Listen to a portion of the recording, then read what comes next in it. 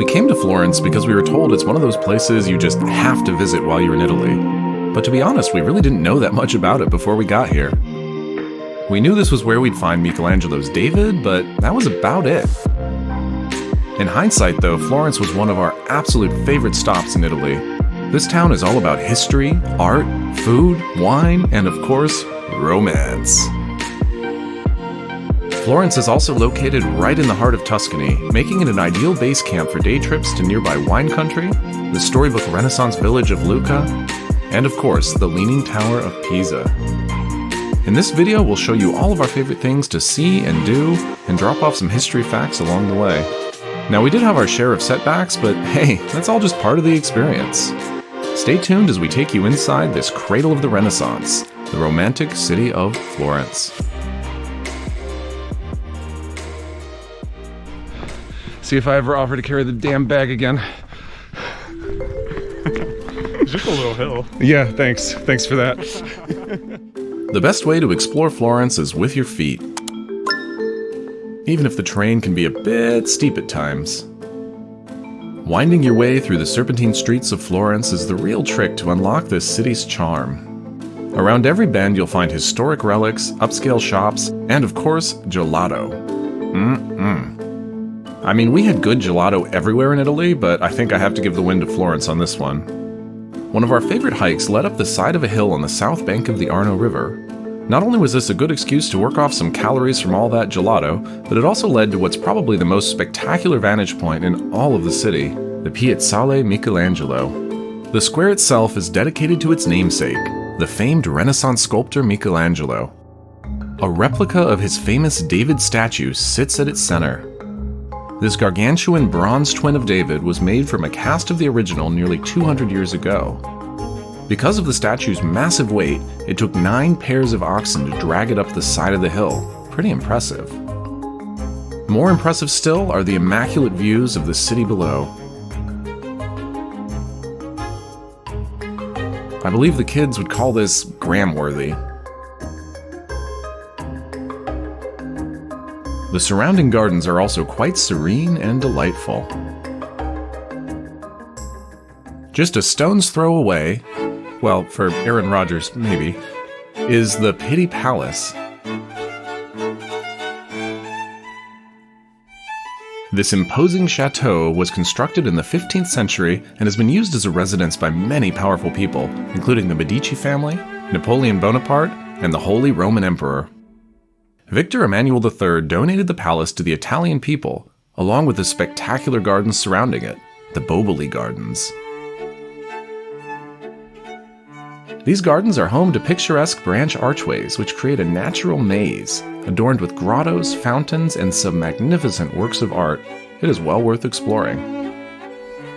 We spent a lovely day here, taking in some magnificent natural scenery, and we even made some web-footed friends. The Boboli Gardens are also another place with some great views of the city of Florence below.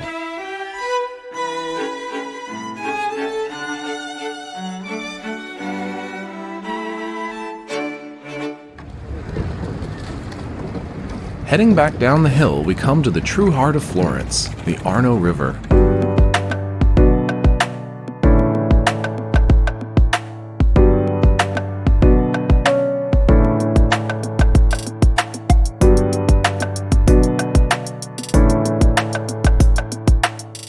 Spanning the Arno River are Florence's iconic bridges, many of which have been here since medieval times. Most famous of all is the Ponte Vecchio, or the Old Bridge. This bridge is made of stone and has long been an important center of commerce. Butchers used to come here to sell their meat, and they prized the convenience of being able to dump any unused or unsold, rotting, stinking carcasses right into the river, which their downstream neighbors were not too keen on. The Medicis put an end to that practice and brought in goldsmiths instead, earning Ponte Vecchio the nickname the Golden Bridge. The Medicis, in fact, touched just about everything having to do with Florence. Right next to Ponte Vecchio is a world-renowned art gallery known as the Uffizi. After the Medici family fell into near bankruptcy and their dynasty collapsed in the 18th century, the last remaining heiress, Anna Maria Luisa, negotiated a deal to contribute the Medici art collections to the public. Thus, the Uffizi was born. Some of the most famous masterpieces here include Botticelli's Birth of Venus, as well as incredible marble statues dating from the Hellenistic era, such as the Medici Venus, depicting the Greek goddess Aphrodite. The Uffizi is also home to the original boar statue, dating from the 2nd century, but made famous by its later 18th century bronze casts. On the rooftop of the Uffizi, there's a little cafe. We stopped in to recharge the batteries with some afternoon tea, and of course drink in some Prosecco. The rooftop cafe also provides some great views of our next stop, the Palazzo Vecchio. Much as Ponte Vecchio means the old bridge, Palazzo Vecchio means the old palace. This imposing fortress was constructed in the 13th century, although the clock tower and other enhancements were added much later. Today, Palazzo Vecchio serves as the town hall for Florence and stands in the center of the Piazza della Signoria. For 300 years, Michelangelo's actual David statue stood at the entrance to the palace. Today, a replica of David stands guard instead. The original can be found nearby at the rather unassuming Accademia Gallery.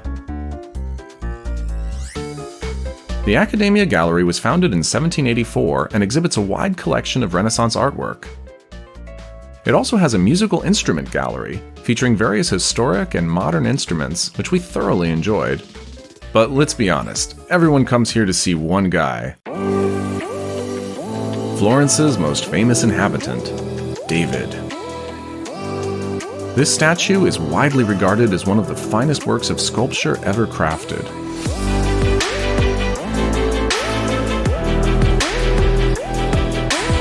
The remarkable attention to detail, the realistic vasculature, the fact that this guy was carved from a single block of marble, it's really quite something.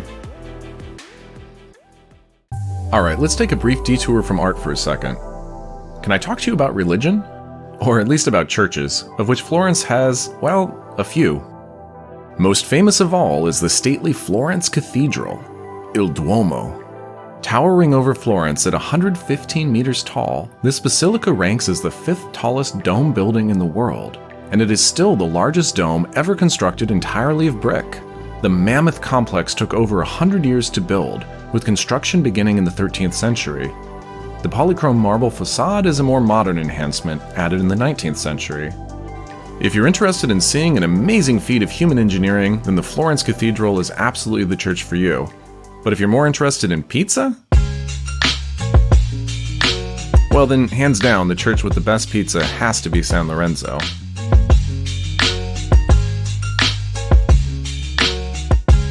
Now, if gelato is more of your thing, then check out the Basilica of Santa Maria Novella. Yep, it's another famous church, white marble facade, I think it's Gothic. Point is, gelato shop next door is excellent, so creamy.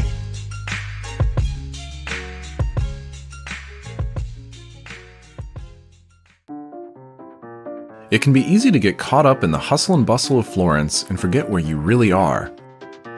This is Tuscany, baby. One thing you absolutely have to do is take a day trip out to a local vineyard. We did just that and enlisted the help of an incredible tour guide, Dimitri. Dimitri was a fabulous guide who told us all about the history of agriculture in Tuscany, about olive trees and wine production, and well, yeah, okay, he did get pulled over by the cops, but what was I saying? Oh yeah, so Dimitri took us to this small vineyard in Grevin Chianti. Maurizio, the winemaker, gave us a tour of his vineyard and explained his winemaking process. And then we got to visit with this little cutie, and, drink some wine. And wow, I was blown away. This was some really good wine. We asked about options for buying his wine, and Maurizio said, well, funny you should ask, and handed us a price sheet. The wine was so good we wound up ordering an entire case. When it arrived in the US some weeks later, it was just as good as we remembered. After leaving Maurizio's vineyard, Dimitri took us to a nearby village named Montefioralle. This enchanting town feels like something out of a fairy tale, complete with medieval-era walls and cobblestone roads. There's a popular legend that Amerigo Vespucci, the guy America is named for, was born at this very house. Never let the truth get in the way of a good story, they say. At least that's what Amerigo Vespucci lived by. Over cocktails that night, we discussed what we should do with our last day in Tuscany. I asked Justin if he had a lean, and he said no, but I do know a tower that does. Ah, the Leaning Tower of Pisa. This famous whoopsie-daisy is just a short train ride away from Florence. I've been assured that it's quite safe to go up in the tower now that they've finally, solved that little problem that caused it to lean in the first place. But even if you are daring enough, you do usually need reservations far in advance. Or you can just do what we did and visit during a global pandemic. To be honest though, the experience of going up in the tower is really not all that great. If you're like me and you get claustrophobic easy, this might not be the excursion for you. Once up top, you have to wait for everyone to exit the staircase before they'll let anyone head back down, which can be a little stressful. The views sure are nice though.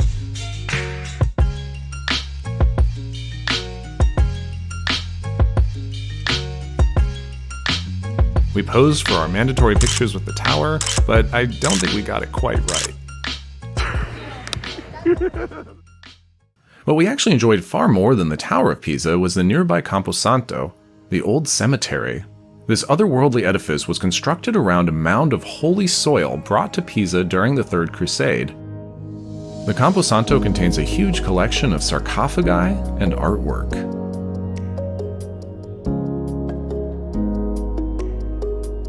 The nearby Pisa Cathedral is also well worth visiting. This cathedral was constructed in the 11th century and was originally built outside Pisa's walls to show that Pisa had no fear of being attacked. After visiting the cathedral, we stopped off for a quick snack of some prosciutto and melon, and of course more Prosecco.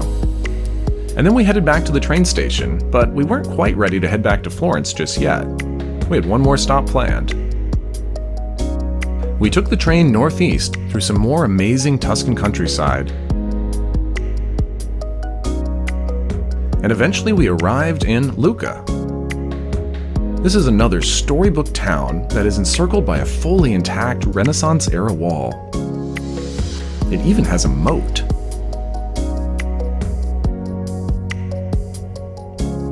We climbed the stairs to the top of the wall and wow! Imagine what it must be like to live here, or what it must have been like to live here hundreds of years ago. This town is unbelievably charming.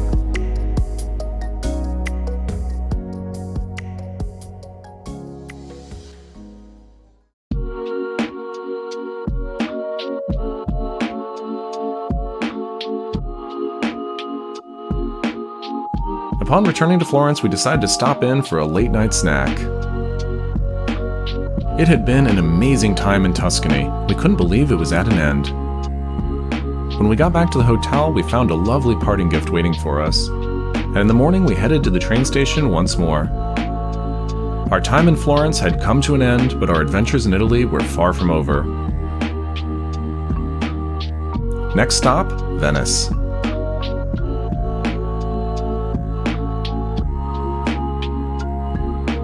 Thanks for watching. If you're new to the channel, please subscribe to follow all of our upcoming adventures. And if you enjoyed this video, please give it a like and leave a comment below. We'd love to hear from you.